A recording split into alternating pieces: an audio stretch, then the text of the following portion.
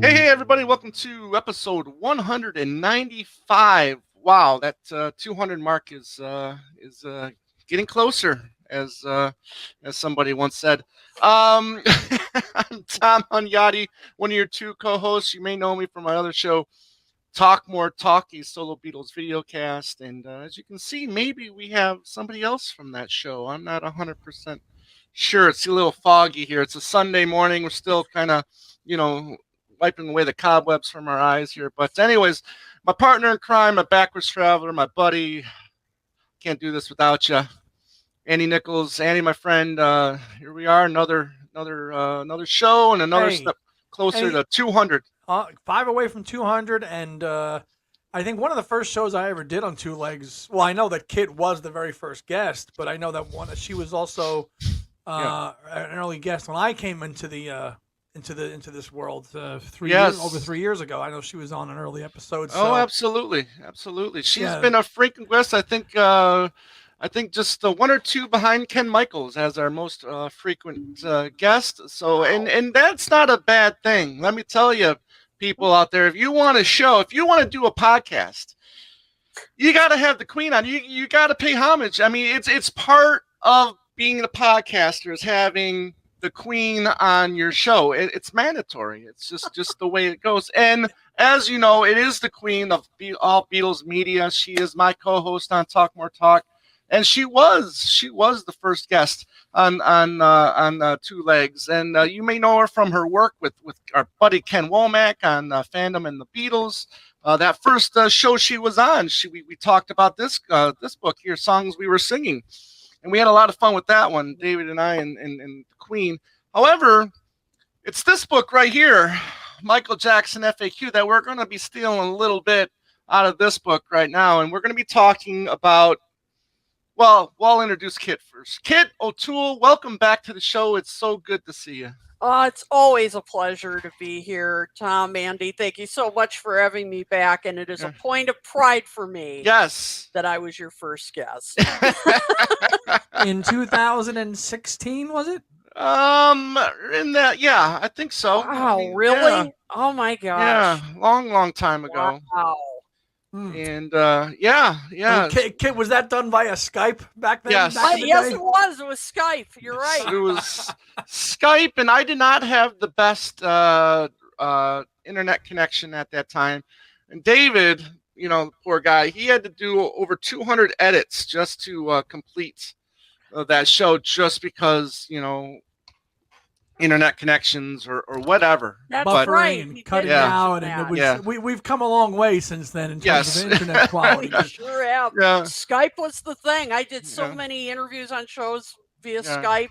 Yep, but those are the good old days. Those were the good old days. Oh, Kit, it's so great to see you again, and really happy to have you on talking, about a world that kind of goes between both of your worlds with Michael Jackson and the Beatles. Love how when my worlds collide. I love it. And they collided big time on this They one. did. And this is like, our show today is really about the man, and it's the single from Pipes of Peace. And it's the single that never was, as my co-host is holding up. Never was. And taunting me with taunting this single. right here. This is before we get, this is the Spanish promo. It only made it to promo. It's a one-sided promo, so we still don't know what would have been the B-side. However, go ahead, Andy. For our audio listeners, because I know a lot of people always like this. Like, what are you holding up? What are you showing? We just mentioned it was the man. It's the man, but it's black and white. It's a black and white cover, and it just says the man, Paul McCartney, Michael Jackson, and it's a white label. There's no picture on it or anything of them. It's just a standard black and white label that says the man. And on the back side there, one-sided promo single, white label, and damn it should have come out as a single. Yep. Well, okay. Well, I'm glad you guys mentioned that. But before we get into that, Queen, we're constantly doing shows on Talk More Talk. What have you been doing besides that? What do you got coming up? And let's just talk what you've been doing. Sure. Well, I just finished teaching the third in my four-part series on the roots of rock and roll. I've just been having a blast doing this series. It's for Monmouth University. It's for their it's part of their adult education program in the arts. And this class I just finished teaching was in musical influences on the Beatles and like music hall and Swamp Pop, Blue Beat. Just had a blast. And so the next class I'm teaching is not till April, so you've got plenty of time to sign up. It's going to be the final part of the Roots series, and this time, as I've been saying, you can. We're going to be traveling around the world, and you don't need a passport.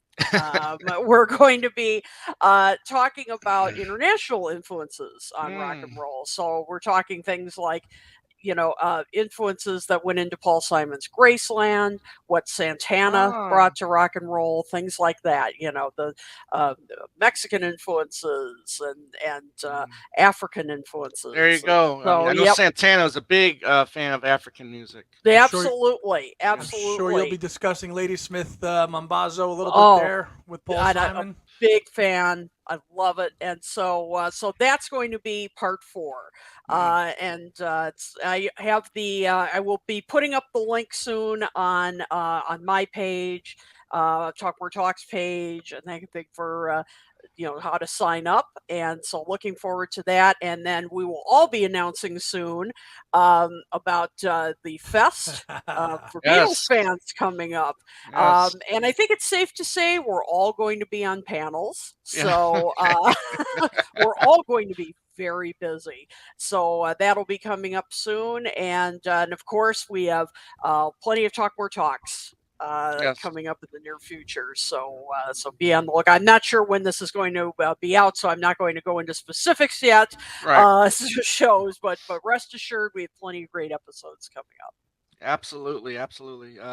And this episode ties in because when remind folks from your first chat on here, you had talked about your first record, Paul record, was Pipes of Peace. Yes, it was. I have to thank Michael Jackson for kind of getting me into Paul McCartney because, as you all know, in 83 particularly, that was like the height of Michael Jackson's, 83 and 84, Michael Jackson's popularity. And I was as big of a Michael Jackson fan as anybody else. And when Say, Say, Say came out, I love the song, still do, and that got me to buy Pipes of Peace. It wasn't Paul. So Kid, a question: what was your experience or with Paul McCartney and Wings music prior to Michael Jackson? Was it just on the surface, and you just knew like the big Wings hits, or what? Probably, yeah. I think I just kind of knew because I was pretty young. I mean, because when like Thriller came out, for example, like technically 82, I was like 10 years old. So, so when Wings was popular, I was pretty young. So I have a vague, when I was a kid, a vague memory of knowing about, maybe hearing Silly Love Songs and that kind of thing. So I probably knew some of the big hits, but I wasn't, a tremendous fan. Right. And so I certainly knew who Paul McCartney was, but probably by that time I thought it was, the Beatles were like Paul's band. Right. It was like that point. But it's interesting that Jackson was the door that opened up to your world to Paul, which is really interesting to hear. That's another way how you got into it. Exactly, which just shows, I mean, Paul was smart to team up with Michael Jackson because it did bring him a whole new generation of fans. I'm proof. Yeah, you're proof. Yeah. Now they worked on 3 tracks together. Okay, first being released in October of '82 with "The Girl Is Mine." That surprisingly, I went to number 2. It's a song that kind of gets some ridicule these days. So I was kind of surprised, a few years back, looking at this song and discovering that it went to number 2. No video for this track. Now, fast forward a year later to October of '83, then we get Say, Say, Say, which is a international hit, going #1 in many countries, including the U.S. at #1. Okay, so then that leaves one other track called "The Man." Now I'm curious to know. I know both of you are big fans of the album Pipes of Peace.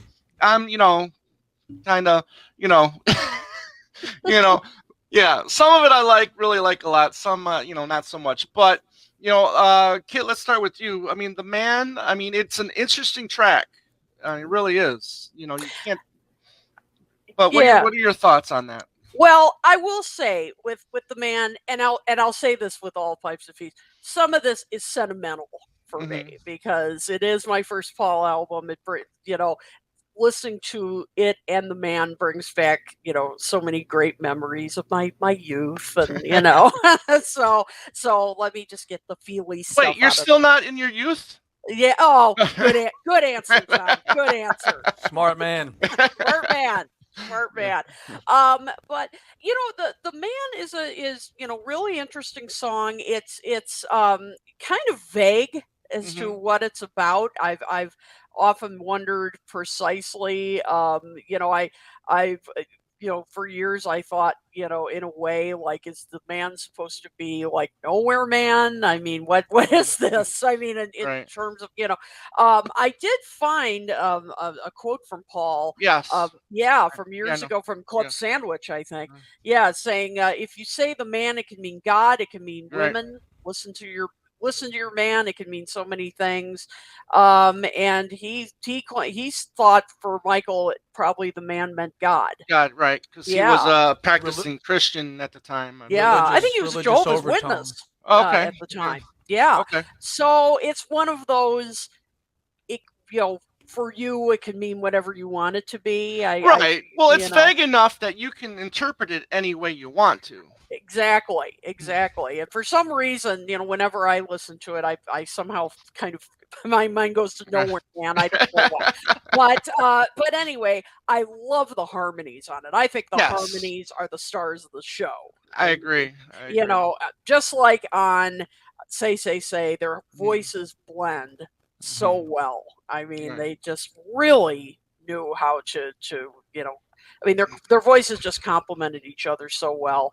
Love the fuzz guitar on it too. I think that's the opening fuzz. The best. Yeah. Great. Solo. I love that. It's just a really unique song, but again, I think it's the harmonies that really catch the ear. Okay, Andy. The harmonies, I enjoy the song too. As Kid mentioned, that fuzz opening, which is so Paul, because you don't really hear Paul play a lot of lead guitar, but that opening fuzz, I think that is so great because Paul doesn't take chances a lot when he plays lead guitar. So when he does, it really sticks out. And The Man is one of those for me. We dropped a couple of weeks back a 1983 interview with Paul when the album came out, and he actually did speak quite a little about each track. Right. And he talks about how he kind of he only really came up with the first verse.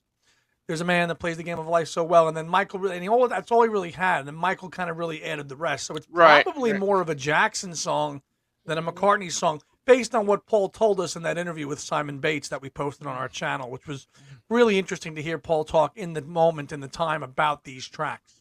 Right, and you can listen to that clip right now. Okay, side 2. The song "The Man" was after Michael Jackson and myself had written Say, Say.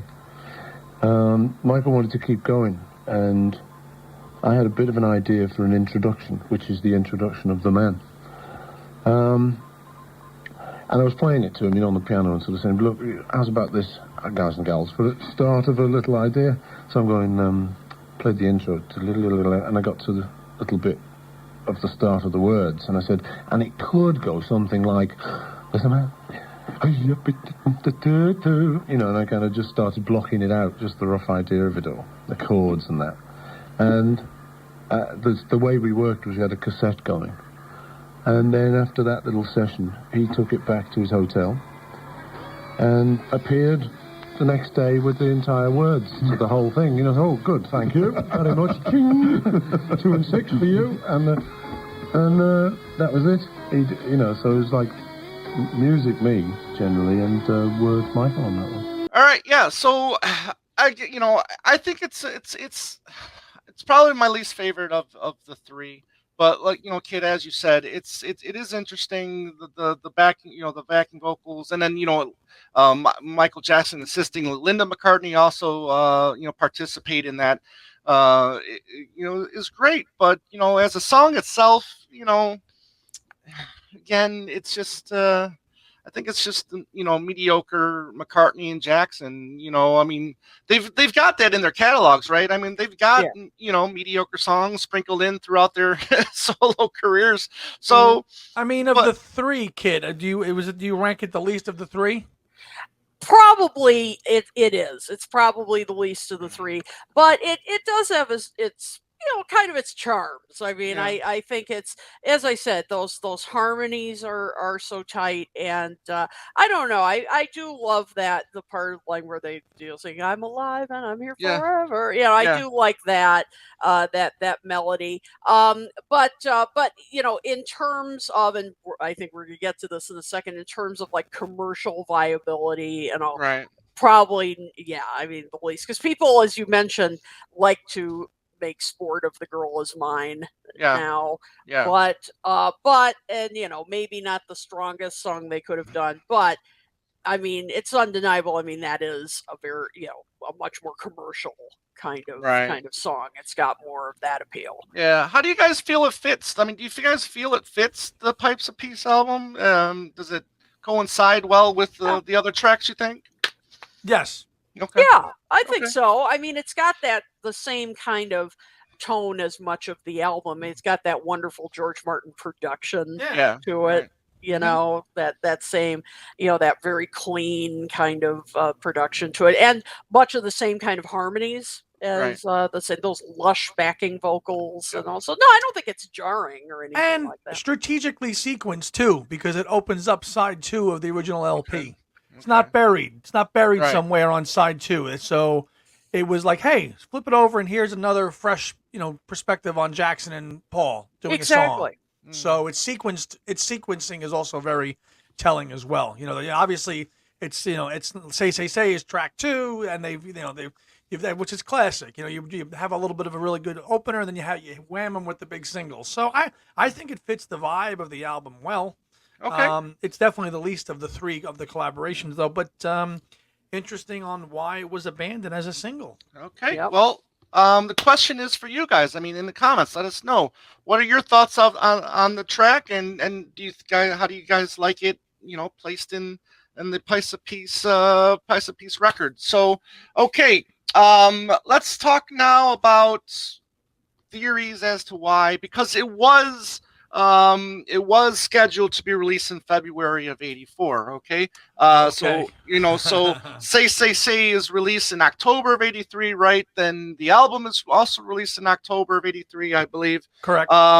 Then fast forward 2 months later, So Bad is released as the second single in December of '83. It goes to number 23. Not as good as well as I hope. You're talking U.S. charts, right, yeah, U.S. charts, because we know that in December in the U.K. we got Pipes of Peace as the A side and So Bad as the B side. So vice versa here versus there. Right. So then the Man gets pushed to February potentially of '84, but it never shows up. Now, Kit, you in your book here, Michael Jackson FAQ, you talk about the Man here. And he says here, the final Jackson-McCartney collaboration was only an album track. According to Cadman and Halstead, the song was to be released as a single in February of '84, but Michael's record company blocked it, fearing it would compete with the Thriller release. Now, that's interesting because the album had already been out for over a year. Right.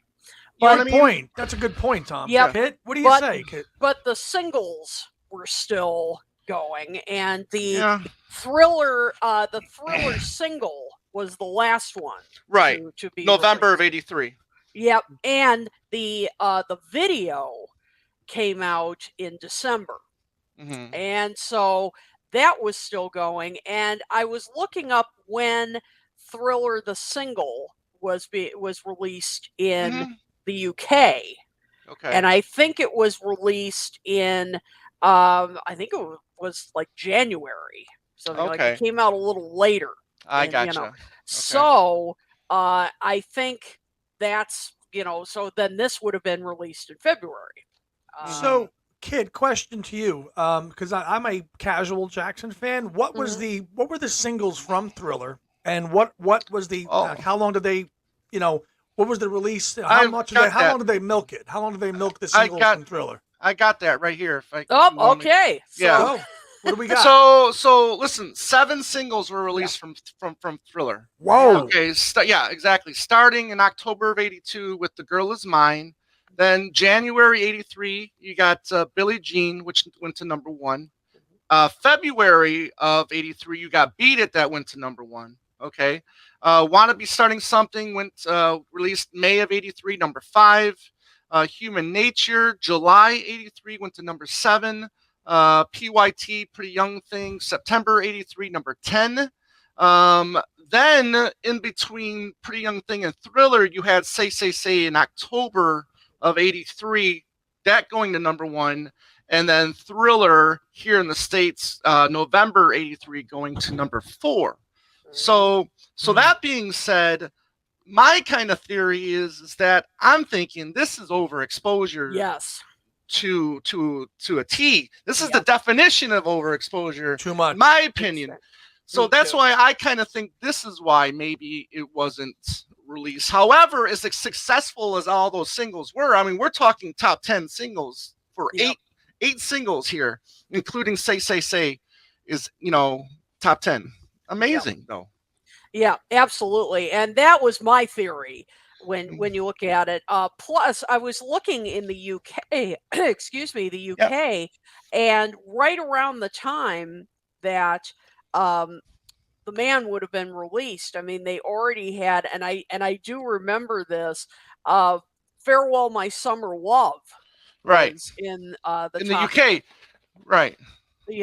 And so that would have been around the time that they would have released The Man. So I mean, this is overexposure, like you can't believe. So I wonder, if that's definitely a theory, right? That his record company said, enough. And you wonder, Paul probably wanted to continue cashing in on, having a real popular singer with him, maximize his exposure after the success with Tug of War and Stevie.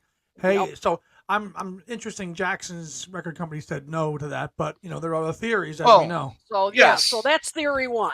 That's theory 1. Now here's another theory. In our buddy John Blaney, who also wrote a book, the song he was singing, that song's little different take on the, but who's been on our show a couple times as well, and he talks about The Man. Here's, and I'll just read this real quick. When asked about the song, McCartney claimed that the man in question held no special significance for him, but thought Jackson may have been referring to God, as Kit, as you alluded to, as at the time he was a practicing Christian. But we don't know if you think it was more of a Jehovah's Witness. Okay. He was for a time.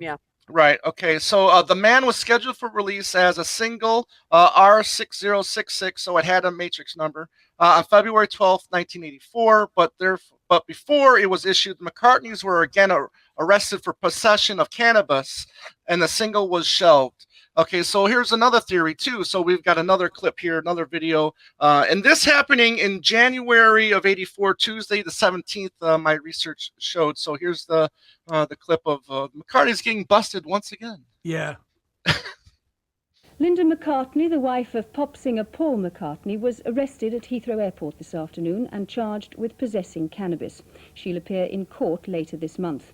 Paul McCartney and his family had arrived back from Barbados, where he'd been fined £70 for possessing a small amount of cannabis. The millionaire singer, whose record Pipes of Peace today is still top of the pops, told reporters he thought cannabis was less harmful than nicotine and alcohol. Linda McCartney was making light of matters when she arrived, but this was before customs searched her baggage. Paul McCartney came through the Green Channel to talk to reporters. At this stage, no one had been arrested. Paul's been in trouble with the law 4 times over drugs. With his international lifestyle, his latest conviction could create problems in travelling overseas. Do you think it's going to give you a problem getting back into the United States? Where you well, I hope not. I jolly well hope not. Somebody shot you. Who shot you? I've no idea, gentlemen. I've no idea. Did you have trouble getting through the customs here? Oh, no, get out of here. Hey, can we get one thing straight? That whatever you think and whatever you think I've done, this, I'm telling you, this substance, cannabis, is a whole lot less harmful than rum punch, whiskey, nicotine, and glue, all of which are perfectly legal. What about your children? What about your children? I would like to see it decriminalized, because I don't think, in the privacy of my own room, I was doing anyone any harm whatsoever. Did you think they'd send you to drugs? Are you? I don't take drugs. I never have taken drugs. Are you going to? No. Were you worried about being Never again. Were you worried about being... I love you all dearly. Goodbye. The McCartneys then drove to their private plane. But back at the customs hall, their luggage was being examined. They were asked to return, interviewed and searched. Mrs. McCartney was charged 6 hours after their arrival and released on unconditional bail. And this is the one that his answer is so great in this. Right. He's really, really defiant and very, very vocal with this one. You know, after the Barbados bust in '84. Right. Really. Because, you know, listen. He's got the wrist thing going and the eyes and all that. Just, you know, the fingers like, you know, kind of like, you know, but rum punch, Queen, say it isn't so. Rum punch. I couldn't believe. I mean, hey, I like my rum punch. I mean, you know, I'm not a felon. This stuff, I tell you, is a lot less lethal than rum punch. Whiskey. I mean, and really, glue. And glue. Glue. I mean, he was ticked off. My God. It's like, leave my rum punch alone, okay? Right. Come on, right. Paul. But do we believe that the drug bust was a legit reason for pulling the plug? I mean, now with 40 years hindsight, is it more Jackson's camp or maybe a combination of the both? What do you think? Yeah. I don't know. I mean, you know, I don't know if it. You know, I was thinking about this. You know, and it's hard to say because, you know, by today's standards, you know, of course, it's like, give me a break. Really, you would pull it over this. Right. But of course, you know, that was a long time ago, and I don't. You know, I mean, to me, it doesn't make a lot of sense to be pulled over that. Although I guess that was, you know, sure, that's bad publicity. But the kind of the artifacts that survive and everything, and your theories about, I think it's mainly being a Jackson decision to not oversaturate the market is probably the likely scenario. Yeah. I mean, to me, it makes more sense that, you know, it would be that. But I mean, sure, the drug bust doesn't help. I mean, that's true. Oh, no. But would they really cancel release over that? I don't know. No. Yeah, because we don't know, again, if this is going to be a UK release only or a US only release or both. I mean, we really don't know. And then, you know, come to find out, like I think you said, Kit, in January of '84, I mean, a couple singles were released in the UK from earlier Jackson recordings. Yeah, right? fair. It was it was and it came. If there was an album, I have it for back in the day. Yeah, Farewell My Summer Love, 1984. Okay. It was basically a collection of songs he recorded for Motown when he was like a young teenager that they had left in the vault. So Motown thought, cash in, and so they. Just collected a bunch of them and you know, put together an album and released it, and it sold, you know, so yeah, and it was released here too. Oh, it did get released. Oh here? Yeah, it wasn't just a UK thing. Okay. Oh no, I have it. Yeah. Right. Mm-hmm. Okay. So now then, the interesting thing then here is we talk about, you know, it slipped out. I mean, here we talk about while the single was officially released in Peru, it was also available as a promo 45 in other countries, like, you know, the one that I showed from Spain. However, the other guy, we won't mention his name at the moment because he disagrees with you. McCartney's drug bust must have somehow escaped the attention of the Philippine press because Parlophone issued the man as a 7-inch single there without any negative publicity. A one-sided promotional slipped out in Spain as well. So the wheels were in motion to make this a single. Clearly, right? The wheels were in motion, and there was designs, obviously, as evidenced by my partner's promo there. The wheels were in motion to make this a single. Yep, the promo was only issued in the Philippines, Spain, and Mexico. Okay. And then the only place it was released as a single was Peru. Peru. Yeah. Well, there you go, folks. Be on the lookout. Check out eBay, Discogs, and see if you can find. Exactly. Well, just don't enter into a bid with him because you'll lose. No, I'm good. I'm good with my promo partner. Now, how do we think if it actually had been released? Where do you think it would have fared in terms of chart rankings and play, and how would it have done compared to say top 20? I mean, who knows? Would they have done a video for it? Probably. Well, I mean, videos were all the rage back then. Success also came in the form of videos, right? I mean, a lot of bad hits were successful because of a good video. But me, I tend to think that this probably would have only been a top 20. I agree. What do you think, Kit? Yeah, I agree. I don't think it would not have been a hit on the scale of Say. I mean, that just had hit written all over it. Right. Just great. I was gonna say great beat. You could dance to it, but it was true. I mean, it was it was true, and it just had that catchiness to it, and it just had. What can I tell you? I mean, it had the sing along ability to it. I mean, it just had it. And the man, I mean, which I personally like. Do I think it had hit written all over it? I don't know. I don't. I mean, it's. I like the song, but I just don't think it had that same kind of commercial, as I mentioned earlier, commercial viability. Gotcha. Okay, Andy. I think it would have done probably somewhere between top 20, maybe the lower echelons of the top 20. Yeah. It's a song that you can hum, to me, and if it's a song that you can hum and instantly recall, then it has some hit factor potential to it. I think it does. I mean, it wouldn't have set the world ablaze on fire like Say, but it would have done okay. This has the potential, is like if you're just all of a sudden just walking, or working out or something like that, this can, this is it could just pop in your head like any second, Right. And then you're going, and it's just the way. Right. Which, if you were walking around in the mall in 1984, you'd hear that as Muzak, exactly. Walking around when you were going to Sam Goody and buying your latest LP. Right. Or in my case, going to the Limited. Yeah. There you go. You actually were going to Nobody Beats the Wiz, maybe. Yeah.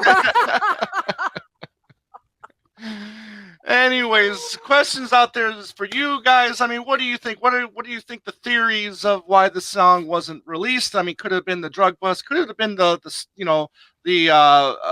studio? I mean, the company not wanting, Michael Jackson's company not wanting it out, or could it just have been overexposure? Let us know what you think in the comments. And also, how do you think this song would have done if it was a single? So, but yeah, I mean, what else is there to say? But go ahead, Andy. Kit, how many videos for Thriller were there? Now, I know there's Beat It, the Thriller video itself. What other videos were there? I think that may be it. I think it's Billie Jean, Beat It, Thriller. And Thriller. Yeah, just I those think three. that's it. Yeah, Yeah, okay. because I was gonna say, Tom, when you were saying everybody was doing videos, because I was just thinking that, because actually no video for Wanna Be Starting Something. Right. PYT.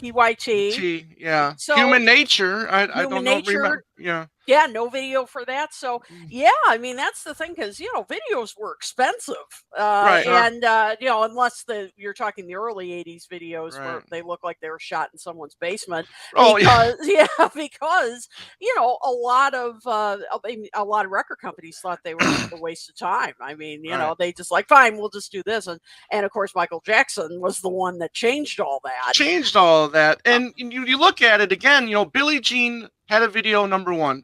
Beat It video had a video number one. Want to Be Starting Something, Human Nature, PYT all started going down the charts. Yep. Then you go to Thriller with the video, and then that going to number 4. So I mean, and maybe that short videos, film, yeah. maybe. Oh, let me tell you, as a young kid, that used to scare the crap out of me. Me too. Same here. Same really, here. you too, Kit? Yep. Wow, Absolutely. I thought maybe you were a little. Wow, so that scared the crap out of you too. Yeah. I mean, But you know what helped was they also MTV also released the documentary on the making of Thriller, which kind of helped because then you could see the makeup being applied, right? You know, and it kind of like eased off the tension from watching it, again and again. Right. And again. I mean, exactly. You're 10 years old. Sorry, I didn't mean to interrupt you. If you're 10 years old, 8 years old in the early 80s, watching that on your TV, in your basement, you're scared. You're probably scared to bits watching that thing. Tom, and I mean that makeup. Looked pretty real. I mean, it really did. But but the Say video, we should say here. I mean, that was also. I mean, that was like a little mini movie. I mean, it was really well done. Step right up. Come on, ladies and gentlemen, get your Mac and Jack Wonder Potion, guaranteed to give you unlimited power. I'll try one. Yeah, I mean, really. I mean, and they made Paul look good dancing. I mean, my God, Kit, do you remember? Sorry, Tom. On pop-up video, the show, the from VH1. Tom, they would show that video and they'd give you little factoids that would drop in the video. And I remember for Say, they'd show that and they said that some of the McCartney kids are the ones in the carriage towards the end of the video and stuff like that. Right. Yeah, but I mean, one of the cool things about Thriller is that it was directed by John Landis, who a few years earlier did American Werewolf in London, which right there gave him all the credibility or the cred that he needed to direct that video. So kind of makes sense then, because I mean the makeup on both movies alone were just phenomenal stuff. And Michael was a huge fan of his and that movie, and so when he and just think about this was groundbreaking stuff for a music video. Nobody had done anything like that. I mean, the millions that probably got poured into that video too. Yep. Well, I mean, that's why they did that documentary. The making of Thriller, because that was part of how they paid for that video, because they sold, I think I still have it somewhere.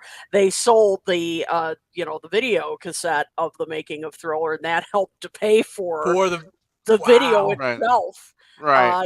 I mean, because and I think Michael himself paid for part of it. No, I mean, I mean, of course, you had to compensate Vincent Price there. Of course, I'm sure. Well, there you go. I mean, exactly. Well, you have to think of that too. I mean, I mean, if it's on the record, that doesn't necessarily mean that you can then transfer it to a video without, giving some extra monies to Vincent Price. I don't know if that had anything like that was a thing or not. So it would have been interesting to know if they had to give extra money to Vincent Price to be in a video or not. Well, they probably would have. I would think, and I know they got him through Quincy Jones, because I think Quincy knows everybody. I mean, yeah. I mean, Quincy it's connected to everybody. I mean, you want the Queen? Sure, Quincy can get her for you.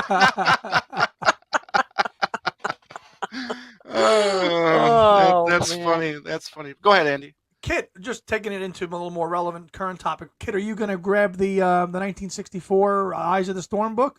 I probably will. Yeah, I think the pictures that have been leaking that I've been seeing. Yeah, I haven't seen a lot of those pictures before, and I've heard that a lot of them were going to be are unseen, previously unseen. So I'll probably get. I guess I was initially after that Ringo book that last. That last one was not Another Day in the Life. Yeah. The other one. God, what was it called? Oh, was it pictures, postcards with the boys or something? No, that was no. It was. Oh my God, why am I blanking on this? Yeah, I didn't get that one, so I don't remember what it was called. Be glad. Okay. Be glad you didn't. It was. I mean, he basically just took stuff off the internet. That's right. That's right. Yeah. That's right. and just did, and then just made comments about it. So I was a little burned, felt a little burned after that, but no, this is not in that category. So I will get this one. Okay. Good to hear. And people have said that, like, well, you're not going to see Paul in any of the photos because he's the one taking the photos. So what? Yeah, right. I mean, so exactly. But he invented the selfie. Well,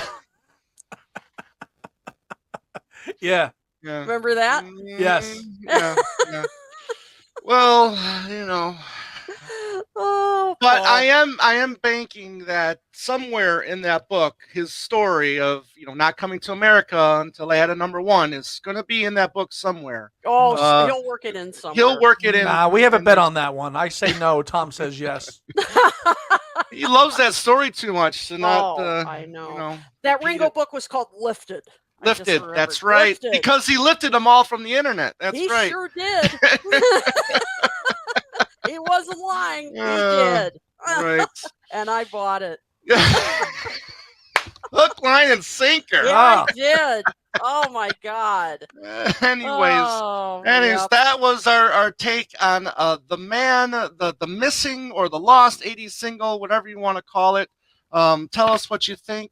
Queen, we talked about, a little bit about Talk More Talk. I think by the time this is posted, we would have just done an episode about our underrated album from the Four, so it could have been, anything from, what do you say, old wave to extra texture. I mean, whatever you thought was underrated, We don't know. We don't know yet because we didn't do it yet. Yes. But however, by the time this is posted, that will have been posted as well. Yeah, exactly. So check that out on Talk More Talk, your Solo Beatles video cab on YouTube and wherever you listen to podcasts all over the world. So once again, tell people how they can get a hold of you and reach out to you and say hi and all that good stuff. Sure, you can find me on Facebook. You at Kid O'Toole's Keynotes. You can find me on Twitter at Kid O'Toole, and on my website, kidotoole.com. And I almost forgot to mention, there is a new episode up of my other podcast, right. Toppermost of the Poppermost, that I co-host with Ed Chen and Martin Quibble, where we're going month by month and looking at the Beatles on the charts from the time they debuted in 1962, and we're going all the way through where we look at those songs, Beatles songs, but we look at our other artists and songs that were on the chart at the time, just the ones that were, have some kind of connection to the Beatles musically, personally, and we've been having a wonderful time doing this. It's a monthly show, so I will put up. There are links to the latest episodes. I have to put that up on Talk More Talk, and of course you can join our Facebook group as well. Yeah. So do check us out. Let us know what you think. Very great. Beautiful. And by the time this is posted, Andy and I will have been part of a brand new monthly series as well called Stuck Inside These Four Walls, featuring Andy and I, as well as Tone from the Tone Beatles channel and our good buddy, Mr. Mayo, Joe Mayo. And it was just it was a fun time. That first episode we got... Hijinks galore. Yeah, it was.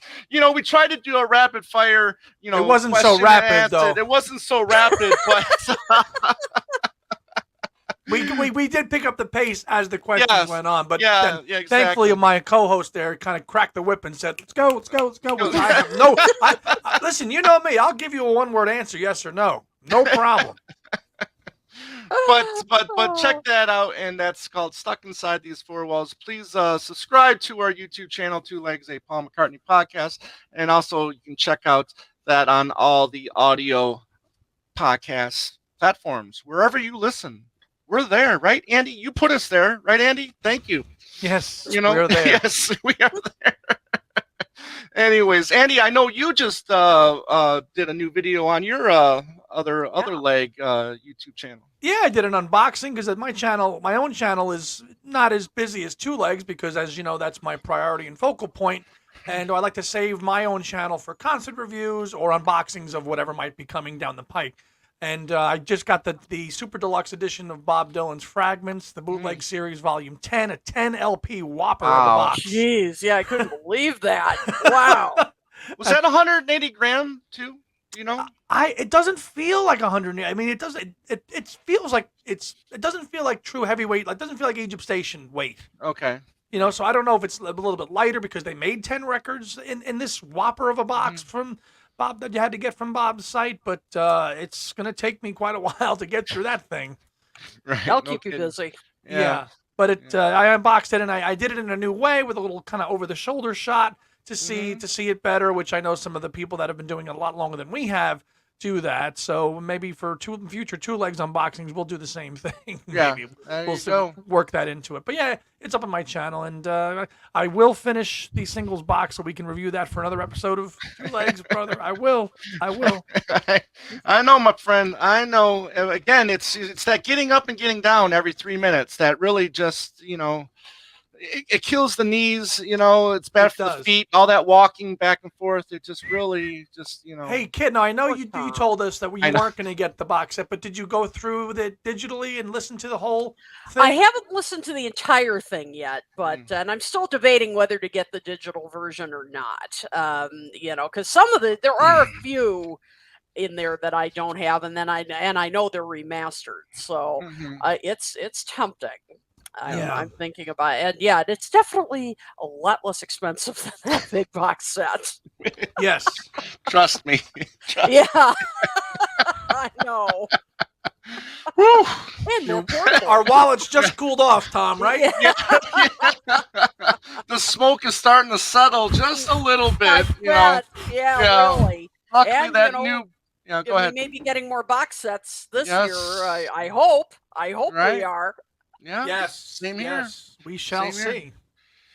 So, but for Two Legs, check us out on Facebook, Instagram, and Twitter at Two Legs Podcast. Email us at twolegspodcast@gmail.com if you have any suggestions, or if you just want to yell at us for any reason. It's okay.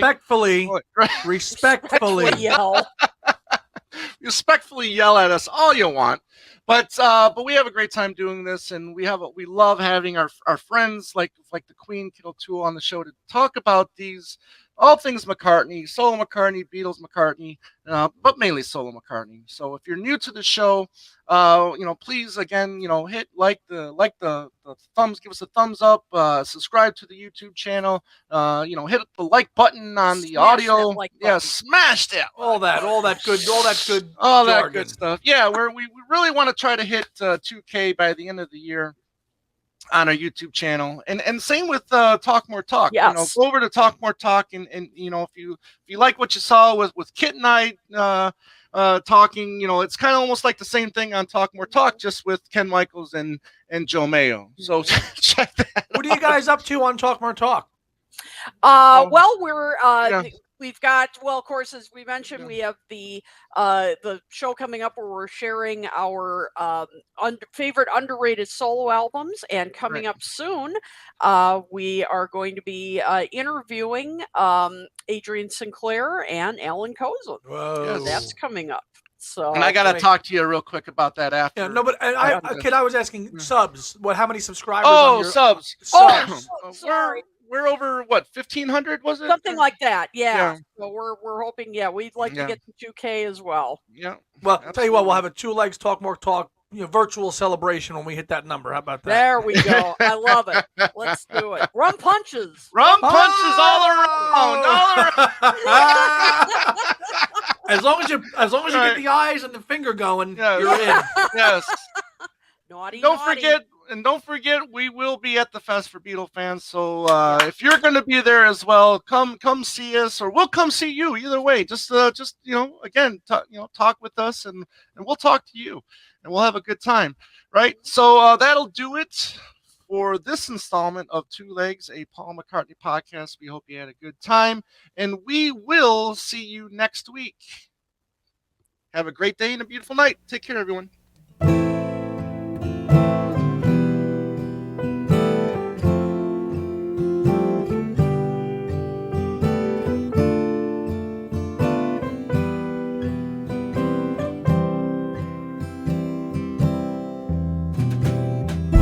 been listening to Two Legs, a Paul McCartney podcast, hosted by Tom Hunyadi and Andy Nichols, with musical contributions by Dylan